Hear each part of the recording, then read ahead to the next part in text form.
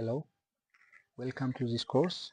I am Tamrat Makonnen, a lecturer at Addis Ababa Science and Technology University at the Department of Mining Engineering. I have made my BSc and MSc in Mining Engineering. I have also taken the Geovia Surpac course from Geovia.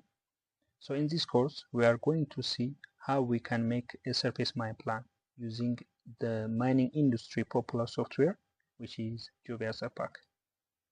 So in general, we are going to discuss the following topics in the lecture. Then we will go to the software and see how we can design. We will see mine planning concepts, open pit, mining terminologies, mine planning softwares, introduction to Geovia Surpac, geological database concepts, and the steps in resource modeling, mine plan. So what is mine planning? Mine planning is working out where, when, how, and how much to mine. Where, in a sense, where is the location of the ore body. When means the scheduling, and how means how are we going to mine. So this means the mining method. And how much is the production capacity. How much are we mining monthly, quarterly, and annually. So mine planning is an iterative process, which is a cyclic process that should be done for multiple times. Mine planning can be affected by corporate objectives, thus a decision-making behavior of the company. So it can be affected by the managers or corporate objectives. It can reduce a risk, or planning for change creates a robust pit that can give you greater ability to deal with fluctuating markets. For example, taking gold as an example, gold has a fluctuating markets. So if we plan for the worst and the best scenario, then we can cope up with the fluctuating markets so that we can reduce the risk. So we have different types of mine plans, such as scoping study, pre-feasibility study, feasibility study, bankable feasibility study or definitive feasibility study, life of mine plan, annual plan or budget, resource definition, and reserve definition. And here we have resource and reserves. So what do we mean by a resource? A mineral resource refers to a concentration of mineral that has a reasonable prospectus for each extraction, while a mineral reserve refers to the economically mineable part of the resource. So it should be evaluated with detailed exploration, engineering studies, and demonstrated to be economically viable for extraction under certain conditions. When we say certain conditions, it could be a current market condition, technological constraints, and so on. So for the resource, we are going to make an ore body model. So if the resource is proven and it can be regarded as a reserves, we can make ultimate pit design, long-term schedule, cut-off schedule, and short-term schedule. So according to JORC Code of Reporting, we have three mineral resource types, which is inferred, indicated, and measured, depending on the geological knowledge and confidence.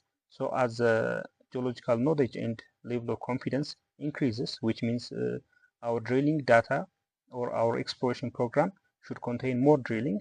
So when it increases, it will be labeled as indicated up to inferred. So these mineral resources will be converted into reserves by applying these modifying factors. The modifying factors are considerations for mining, metallurgical, economic, marketing, legal, environmental, social, and governmental factors. So by applying these modifying factors, we can convert the mineral resource from an indicated to probable, from measured to probable, or from measured to proved or reserve. So what is open pit mine planning? Open pit mine planning refers to the exploitation of a deposit outcropping to the surface or confined at shallow depths where the waste rock lying above the deposit is called overburden and is removed and transported from the place of deposition. So it works by designing and organizing the extraction of a mineral from an open pit using a systematic manner like this by a series of benches. So an optimal pit parameter such as bench height, width, angle, etc. should be determined to maintain safe extraction. So we can define a bench. A bench is a ledge that forms in a single level of operation above which mineral or waste materials are mined from the bench face. So what is bench height? Bench height is a vertical distance from the highest point on the bench crest. So here we can see the crest and the toy. So it is the distance between this that we call bench height. Bench slope is the horizontal angle of line connecting the toy to the bench crest. So this is a bench face angle.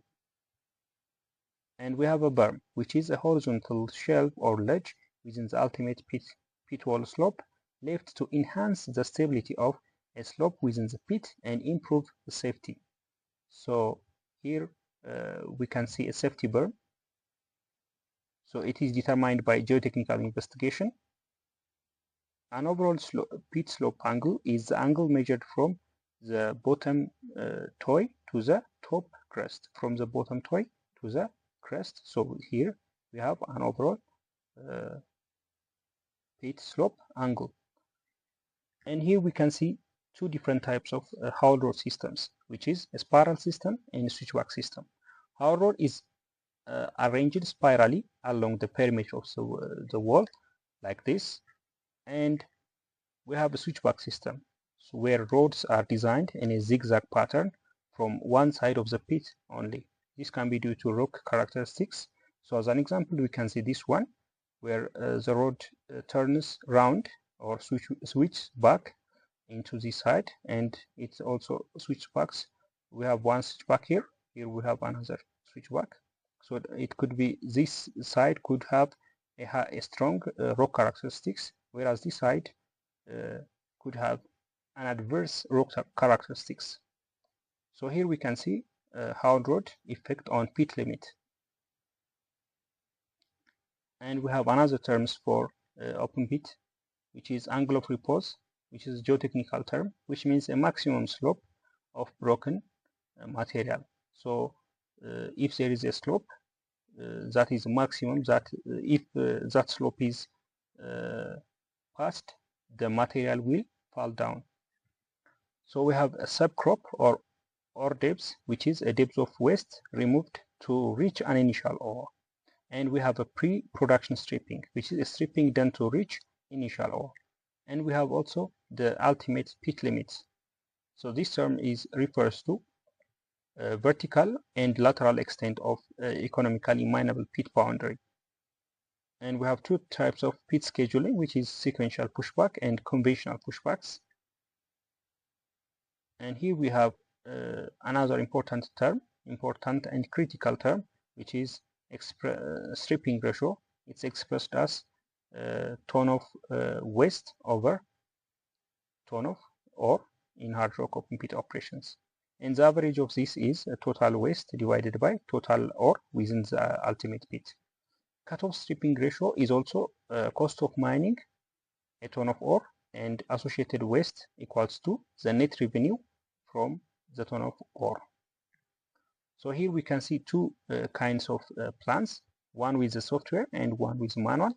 So here we can see a single working bench. So this working bench has been planned using software.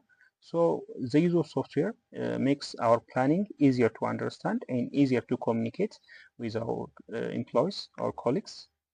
And here we have two working benches in this area. So if we plan it by software, it will look like this.